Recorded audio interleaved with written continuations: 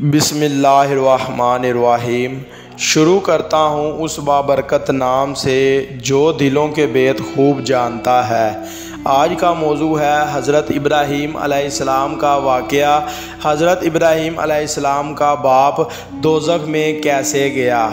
دمشق اہل جزیرہ و شام الغرض روئے زمین پر بسنے والا کوئی شخص ایسا نہ تھا جو ستاروں اور بتوں کو نہ پوجتا ہو۔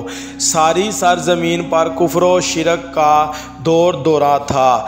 صرف ایک گھرانہ ایسا تھا جو نہ صرف کفر و ضلالت کی گھٹا ٹوپ تاریکوں میں گرنے سے محفوظ و مامون تھا، وہ گھرانہ حضرت ابراہیم علیہ السلام کا تھا، جس گھرانے کے افراد میں سے خود حضرت ابراہیم علیہ السلام، حضرت سارہ رضی اللہ تعالی عنہا اور آپ کے بھتیجے حضرت لوط علیہ السلام ہمہ وقت پیکر خشیت الہی بے رہتے تھے۔ اللہ تعالیٰ نے حضرت ابراہیم علیہ السلام کو کم عمر میں ہی رشد و ہدایت اور پھر منصب رسالت سے سرفراز فرمایا تھا اور اپنا خلیل بنا لیا۔ ہم نے ابراہیم علیہ السلام کو پہلے ہی سے ایک کی نیک راہ عطا کی اور ہم اس سے خبردار تھے۔ حضرت ابراہیم خلیل اللہ علیہ السلام اور قرآنی آیات ارشاد باری تعالیٰ ہے، اور ابراہیم علیہ السلام کو جب اس نے اپنی قوم سے فرمایا کہ اللہ کو پوجو اور اس سے ڈرو، اس میں تمہارا بھلا ہے، اگر تم جانتے نہیں تو تم تو اللہ کے سوا بتوں کو پوجتے ہو اور ذرا جھوٹ گھڑتے ہو۔ بے شک وہ جنہیں تم اللہ کے سوا پوجتے ہو تمہاری روزی کے کچھ مالک نہیں، تو اللہ کے پاس رزق ڈھونڈو اور اس کا احسان مانو، تمہیں اس کی طرف پھرنا ہے، اور اگر تم جھٹلاؤ تو تم سے پہلے کتنے ہی گروہ جھٹلا چکے ہیں، اور رسول کے ذمہ ہے صاف پہنچا دینا۔ اور کیا انہوں نے نہیں دیکھا کہ اللہ کیوں کر خلق کی ابتدا فرماتا ہے پھر اسے دوبارہ بنائے گا؟ بے شک یہ اللہ کو آسان ہے، بے شک اللہ سب کچھ کر سکتا ہے، عذاب دیتا ہے جسے چاہے اور کرم فرماتا ہے جس پر چاہے، اور تمہیں اس کی طرف پھرنا ہے، اور نہ تم زمین میں قابو سے نکل سکو اور نہ آسمان میں، اور تمہارے لیے اللہ کے سوا نہ کوئی کام بنانے والا ہے اور نہ ہی مددگار۔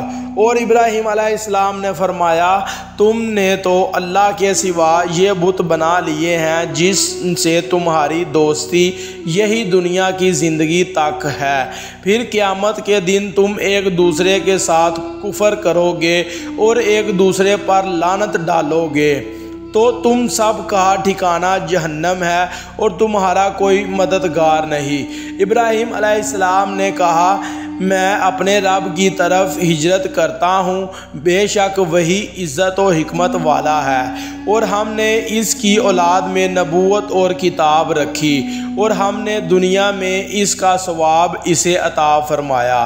پھر سب سے پہلے آپ نے اپنے والد کو دعوت ایمان دی جو کہ صنم پرست تھے، کیونکہ اخلاص و نصیحت کے اعتبار سے لوگوں میں سب سے زیادہ حق آپ پر آپ کے باپ کا ہی تھا، جیسا کہ ارشاد باری تعالیٰ ہے کہ اے میرے باپ، بے شک میرے پاس وہ علم آیا ہے، تجھے سیدھی راہ دکھاؤں گا۔ اے میرے باپ، شیطان کا بندہ نہ بن، بے شک شیطان رحمان کا نافرمان ہے۔ اے میرے باپ، میں ڈرتا ہوں کہ تجھے رحمان کا کوئی عذاب نہ آ پہنچے۔ انہوں نے کہا، تو میرے خداؤں سے منہ پھیرتا ہے۔ اے ابراہیم، بے شک اگر تو باز نہ آیا تو میں تجھے پتھراؤ کروں گا۔ اور ابراہیم نے کہا کہ میں تیرے لیے اپنے رب سے معافی مانگوں گا، بے شک وہ تجھ پر مہربان ہے، اور میں ایک کنارے ہو جاؤں گا تم سے اور ان سے جن کو اللہ کے سوا پوجتے ہو، اور اپنے رب کو پوجوں گا۔ قریب ہے کہ میں اپنے رب کی بندگی سے بدبخت نہ ہوں۔ اللہ تبارک و تعالیٰ نے باپ بیٹے کے درمیان ہونے والی کلام اور مجادلہ کا ذکر فرمایا ہے اور بیان فرمایا ہے کہ کس طرح ایک خیر خواہ بیٹے نے اپنے باپ کو نرم و نازک گفتگو اور بڑے خوبصورت اشاروں سے دعوت ایمانی دی اور بتوں سے روکا جس عقیدے پر وہ کاربند تھا۔ اس کے بطلان کو کیسے حسین انداز میں بیان کر دیا کہ وہ بت نہ تو اپنے پوجنے والے کی بات کو سن سکتے ہیں اور نہ ہی اس کے قیام کی جگہ کو دیکھ سکتے ہیں۔ پھر آپ علیہ السلام نے اپنے والد گرامی کو خبردار کرتے ہوئے فرمایا کہ ابراہیم علیہ السلام کم سن تھے کہ علم و نافع اور ہدایت ربانیہ جو مجھے عطا ہوئی ہے تم اس کی پیروی کرو، اور نصیحت و خیر خواہی باپ پر پیش کی گئی تو وہ قبول کرنے کے لیے آمادہ نہ ہوا بلکہ بیٹے کو ڈرانے دھمکانے لگا۔ کہا کیا تو میرے خداؤں سے منہ پھیرتا ہے؟ اے ابراہیم بے شک اگر تو باز نہ آیا تو میں تجھ پر پتھراؤ کروں گا۔ ایک قول ہے کہ فقط باپ کی دھمکی دی اور ایک قول ہے کہ ملی مظاہرہ بھی کیا اور پتھراؤ بھی کیا۔ حضرت ابراہیم علیہ السلام نے کہا السلام علیکم، تجھے سلام ہے، یعنی اے میرے باپ اب آپ کو میری طرف سے کوئی ناپسندیدہ کلمے کا سامنا نہیں کرنا پڑے گا اور نہ ہی کوئی تکلیف آپ کو پہنچے گی، بلکہ میری طرف سے آپ پرامن رہے۔ اور اس پر مستدل آپ نے یہ بھی دعا فرمائی کہ قریب ہے کہ میں تیرے لیے اپنے رب سے معافی مانگوں گا، بے شک وہ مجھ پر مہربان ہے۔ حضرت عباس رضی اللہ تعالی عنہ اور دیگر مفسرین ارشاد فرماتے ہیں کہ مراد یہ ہے کہ حضرت ابراہیم علیہ السلام نے کہا کہ اللہ تعالیٰ بہت لطف فرمانے والا ہے اور اس نے اپنی عبادت اور اخلاص کے لیے مجھے اپنی رہنمائی میں لے لیا ہے۔ کہا اور میں ایک کنارے ہو جاؤں گا تم سے اور ان سے جن کو اللہ کے سوا پوجتے ہو اور اپنے رب کو پوجوں گا، قریب ہے کہ میں اپنے رب کی بندگی سے بدبخت نہ ہوں۔ ابراہیم علیہ السلام نے اگر ایک وعدے کے سبب جو اس نے کر چکا تھا، پھر جب ابراہیم علیہ السلام کو کھل گیا کہ وہ اللہ کا دشمن، اس سے رشتہ توڑ دیا۔ نبی مکرم نور مجسم صلی اللہ علیہ وآلہ وسلم نے ارشاد فرمایا کہ حضرت ابراہیم علیہ السلام اپنے باپ عزر سے ملیں گے، عزر گندے چہرے سے ہوگا۔ حضرت ابراہیم علیہ السلام اسے فرمائیں گے کہ کیا میں نے تجھے نہ فرمایا تھا کہ میری نافرمانی نہ کر؟ عزر آپ سے کہے گا کہ آج میں تمہاری نافرمانی نہیں کروں گا۔